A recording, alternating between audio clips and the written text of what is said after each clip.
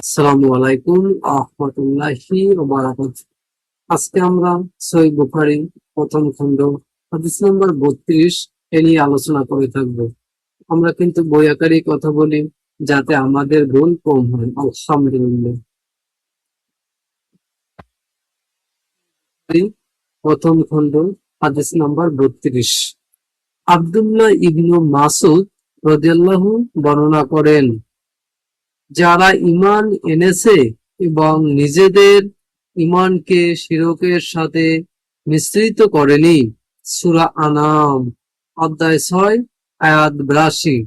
এই আয়াত নাজিল হলে আল্লাহর রাসূল সাল্লাল্লাহু আলাইহি ওয়াসাল্লাম এর সাহাবীগণ বললেন, আমাদের মধ্যে এমন কে আছে যে জুলুম করেনি? তখন আল্লাহ তাআলা এ আয়াত নাজিল করেন, নিশ্চয়ই শিরক হচ্ছে অধিকতর জুলুম।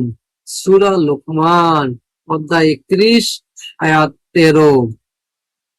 এই হাদিসটি সহিহ মুসলিমে রয়েছে, মুসনাদে আহমদে রয়েছে, আধুনিক প্রকাশনের যে হাদিস রয়েছে এখানে ৩১ নম্বর হাদিসে রয়েছে।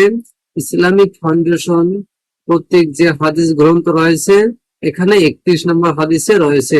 আলহামদুলিল্লাহ, আমরা ৩২ নম্বর হাদিস ক্লাস রূপে শেষ করলাম, আলহামদুলিল্লাহ। আর বিশেষ করে আমরা একটা কথা বলে রাখি, আমরা কিন্তু অনলাইনের মাধ্যমে কিছু কাজ করে থাকি, যেমন ভিসা প্রসেসিং এর কাজ করে থাকি। ই পাসপোর্টে আবেদন করবেন, এটা আমরা